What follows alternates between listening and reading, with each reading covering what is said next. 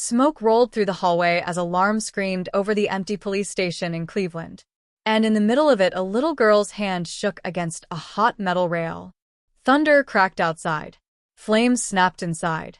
And a man with ash in his beard whispered, "Lily, stay behind me." The camera would have caught it all in one impossible frame. A child trembling, a veteran stepping forward, and at the far end of the hall, an officer pounding on a steel door with his dying K9 curled at his feet.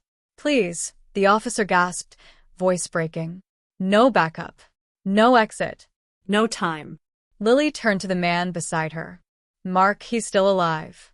And Mark, quiet, steady, the man the world ignored, nodded once. He didn't look scared. He didn't even look at the flames. He just said, "We're going to get them out," like he'd already lived through worse. That was the moment everything changed, long before anyone realized who Mark really was. Just an hour earlier, the whole scene looked very different. Mark stood at the lobby counter, rain dripping off his jacket, filling out a short report about a wallet he found on the bus. He placed it on the counter like it was something fragile. "Someone's gonna need this back," he told the clerk softly. Two officers leaned against the wall, watching him with smirks. "That the drifter from the pier?" one muttered. "Yeah. "Bet he took the cash already." They didn't whisper quietly. They wanted him to hear. Mark didn't glare. He didn't argue. He just kept signing the form, hand steady, breath even. The AC hummed overhead. The clock ticked. Lily, sitting on a bench with her backpack hugged to her chest, looked at him like she wanted to speak up, but didn't. Small cruelty. Everyday cruelty. And that's why it cut deep. Then the lights flickered. A low pop rattled the floor. Someone shouted, "Fire, basement," and chaos rolled through the station. People rushed out. Doors slammed. Smoke chased them like a wave. But Mark didn't run. He grabbed Lily's hand and moved toward the fire. Down the long back hallway, a live feed on the monitor showed the trapped officer slamming his shoulder into the blocked door. His K9 whimpered under his arm. "No one can get to him," someone said. The whole hall sealed.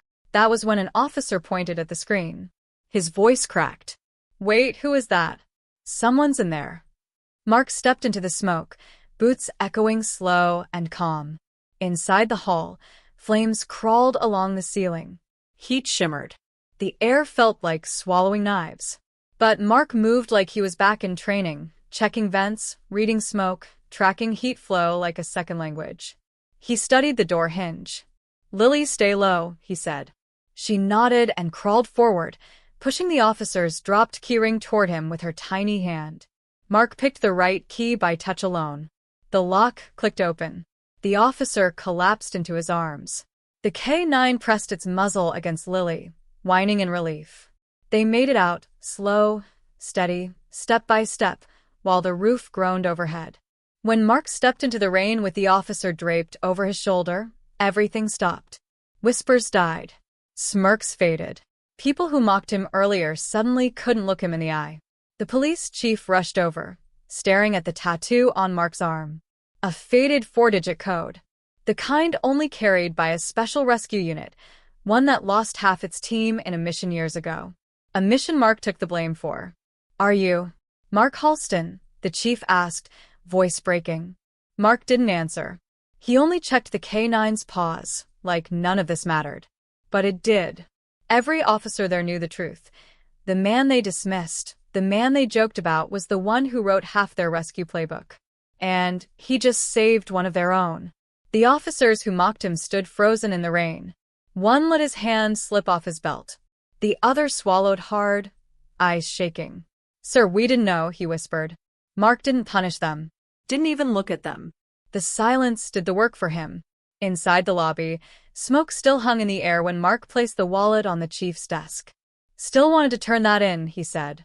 The chief stared at him, really stared at him, for the first time. Then he grabbed a marker and pinned a new notice to the board, effective immediately: full bias audit, community review, and new rescue training led by outside veterans. He looked at Mark with something close to apology. Something close to respect. Mark just nodded and turned toward the door. Lily slipped her hand into his. "Does this mean you're coming back?" she asked. Mark didn't answer right away. He stepped outside, watching the gray smoke drift into the morning air. That fire, he said softly, wasn't the only thing that needed clearing. Sunlight broke through the clouds, thin but real, the same way he walked away. Quiet, steady, alive.